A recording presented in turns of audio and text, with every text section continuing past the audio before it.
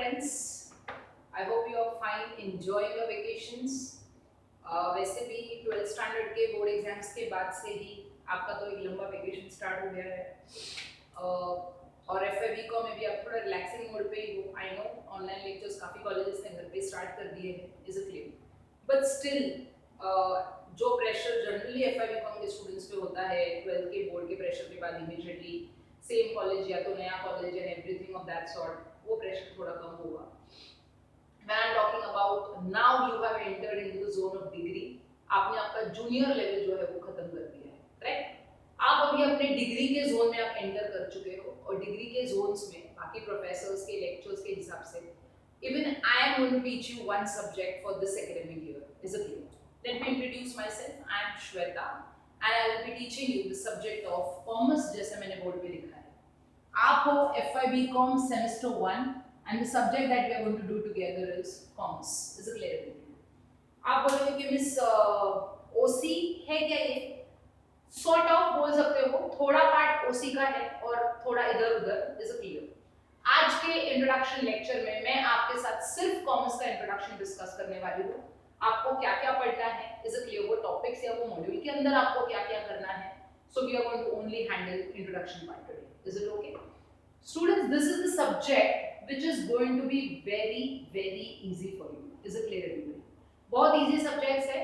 कुछ टॉपिक्स आपने already organisation of commerce and management में आपके 12th स्टैंडर्ड में किए हैं और कुछ टॉपिक्स एकदम फ्रेश और न्यू है जो आपको मेरे साथ करने हैं. मतलब हर मॉड्यूल का जो स्टार्टिंग होगा वो तुझे पता होगा, पर सेकंड थर्ड जो पार्ट होगा वो तेरे लिए नया होगा, तो वो तेरे को मेरे साथ करना पड़ेगा.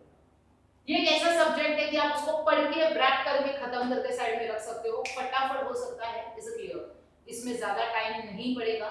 अगर आप मेरे साथ लाइव सेशंस पे होते या फिजिकल लेक्चर्स में होते तो मैं आपके लिए ये सब्जेक्ट और इजी कर सकती हूँ. Is it clear? But we have some restrictions and limitations कि हमको ऑनलाइन ही एक दूसरे से बात करनी पड़ेगी एटलीस्ट कुछ टाइम तक, जब तक ये लॉकडाउन पूरी तरह से कंप्लीटली हट नहीं जाता, एजुकेशन इंस्टीट्यूशन स्टार्ट नहीं हो जाते हैं, तब तक हमको रिकॉर्डेड लेक्चर्स से ही काम चलाना पड़ेगा. Students, before I start the introduction, there is some important things let me tell you. Though it is an easy paper, but कोई भी सब्जेक्ट को इजी कंसीडरेशन नहीं करने का. इजी सोच के हम उसको लास्ट मोमेंट पे छोड़ देते हैं और वही सब्जेक्ट अपने लिए केटी लेकर आता है. So I hope you do not want to enjoy KT with you. Is it clear everybody? And that is why what I am going to do is regular basis पे तुम जितने मेरे रिकॉर्डेड लेक्चर्स को सुनोगे एक notebook लेके बैठ जाने का, और सपोज आज के दिन पे अगर तुम्हारे पास कोई रिकॉर्डेड लेक्चर आया है तो इमीडिएटली नोटबुक में मिस ने आज के टॉपिक में ये आंसर करवाया है तो उसको इमीडिएट बेसिस पे लिख देने का. उससे क्या होगा, आपके पास हैंड रिटन मैटर भी होगा रिकॉर्डेड लेक्चर के साथ साथ, क्योंकि आप सिर्फ वीडियोस को देखोगे ना तो थोड़ा बोर हो जाओगे.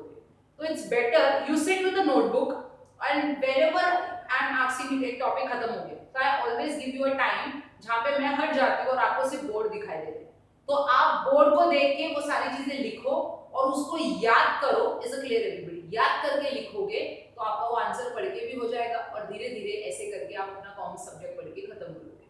Okay, so I hope you have understood this concept of learning. Is a clear? ये वर्चुअल लर्निंग है, थोड़ा अपने को कोऑपरेशन और कोऑपरेट या समझदारी से काम लेना पड़ेगा. ठीक है? So coming to the subject of commerce, I told you it's very easy, you can just go on with it. हमारे पास इस साल आपको कॉमर्स में 4 मॉड्यूल्स करने हैं. That is module 1, module 2, module 3 and module 4. अब ये 4 मॉड्यूल्स में आपको करना क्या है? पहला module is introduction to business. बच्चे बोले अरे मिस तो ये तो इजी है, हमको आता है बिजनेस और ये सब हमने ऑलरेडी ओसी में किया है लेवल 12 में. हाँ बेटा, बट बिजनेस में थोड़े नई चीजें करनी है. तूने ये किया होगा, तूने ये किया होगा, पर ये जो कॉन्सेप्ट है ये नया है जिसको बोलते हैं न्यू ट्रेंड्स इन बिजनेस. उसको देखो मेरे साथ करना पड़ेगा अच्छी तरह से. ऑब्वियसली मैं आपको फर्स्ट और सेकंड पार्ट भी कराने वाली हूँ, पर उसके साथ आपको मेरे साथ थर्ड पार्ट भी करना पड़ेगा. So it is introduction, objectives of business and new trends in business.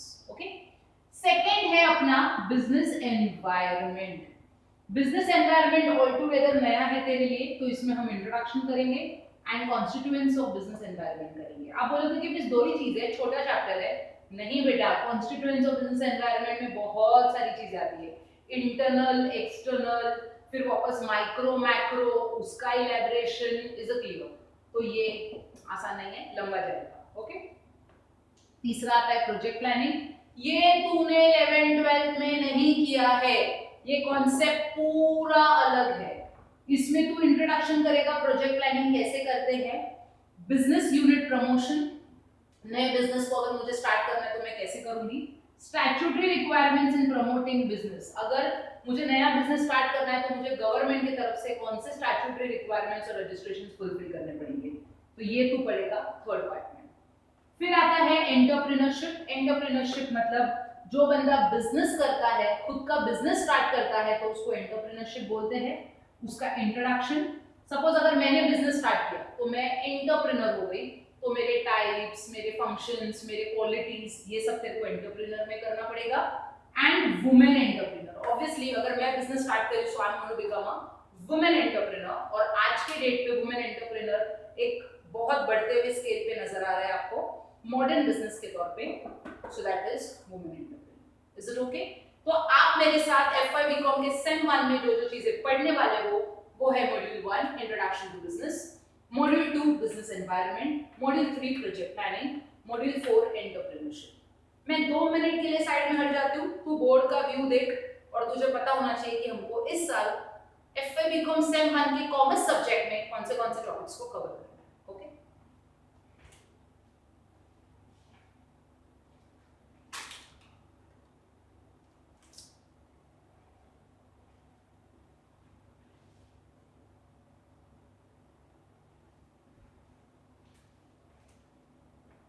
I hope you have seen this.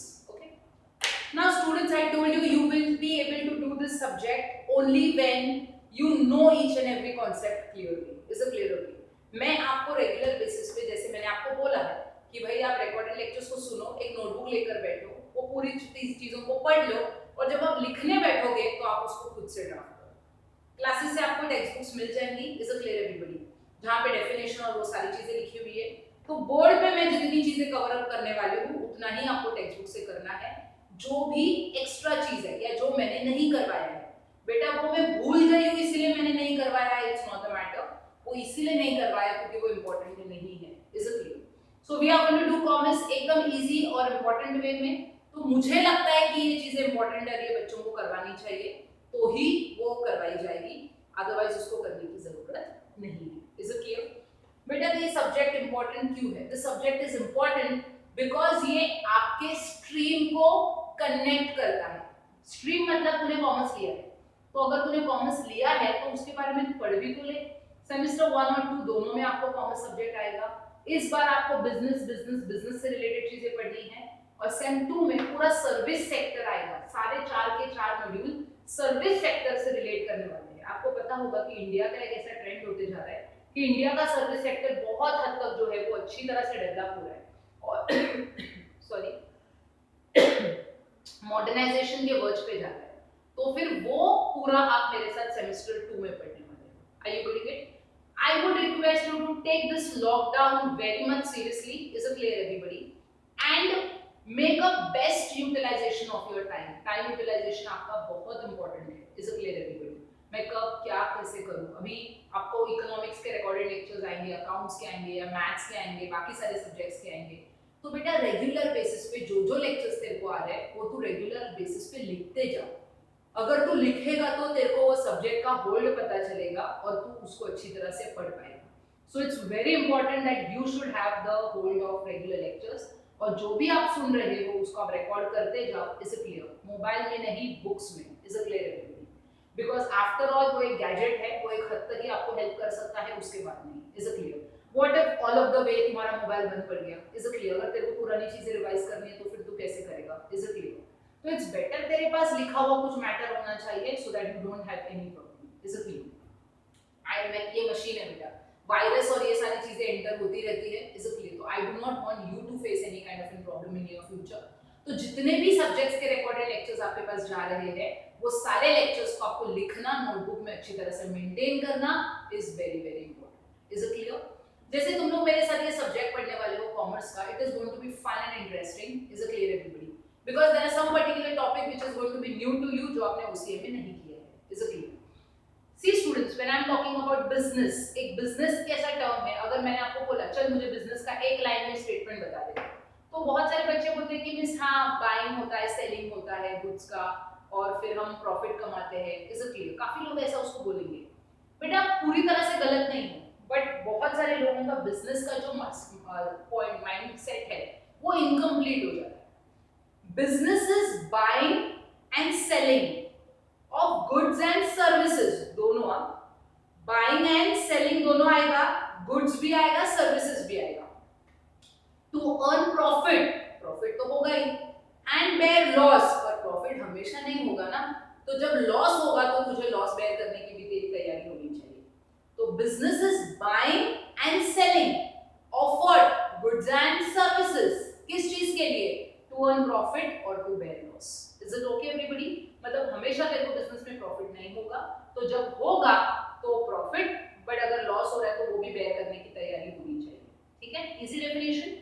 तो आज के लेक्चर में सबसे पहले पेज पे आप जब कॉमर्स की बुक बनाओगे तो सबसे पहले पेज पे ये सिलेबस आपको लिखना है, और उसके बाद फर्स्ट चैप्टर आपको लिखना है मॉड्यूल 1। आज का डेट एंटर करो, इंट्रोडक्शन टू बिजनेस, और बिजनेस का जो मीनिंग टीचर बोल रही है रिकॉर्डेड लेक्चर्स में वो सुनो और फिर उसको लिखो। मैंने बोला business is buying and selling of goods and services to earn profit and to bear loss. ठीक है, आगे क्या करेगा तू? जब तू ये लाइन लिख देगा तो example of goods, example of services, goods के तेरे पसंद के कोई भी 3-4 एग्जाम्पल्स लिख दे, computer, mobile phone, books, bag, shoes, कोई भी तेरे को जो पसंद है वो 3-4 एग्जाम्पल गुड्स के लिख दे।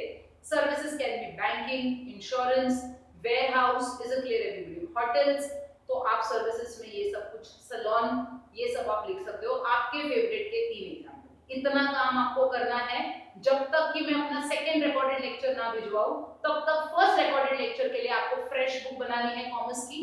अगर आपके कोई पुरानी किताबें हैं उसमें पेजेस रह गए हैं तो वो पेजेस को फाड़ो, एक बुक को बाइंड करो और आप उसमें FY BCom commerce sem 1 sem 2 दोनों चीजें कवर अप कर सकते हो। स्टार्टिंग वाले पार्ट में same 1 low, half of the book के पार्ट में सेम 2 का सिलेबस आप ले सकते हो। ठीक है, फर्स्ट पेज पे सिलेबस होगा, एक पेज को छोड़ दो, फिर date, introduction to business module 1, and then business का मीनिंग क्या बोला मिस ने, और फिर उसके बाद example of goods, example of services. Goods के आपके पसंद के कोई भी 3-4 एग्जाम्पल ऑफ लिखो और सर्विसेज के कोई भी 3-4 एग्जाम्पल लिखो। तो ये काम आज के सेशन और आज के रिकॉर्डेड लेक्चर के लिए ये एक्टिविटी मैंने आपको दिया है।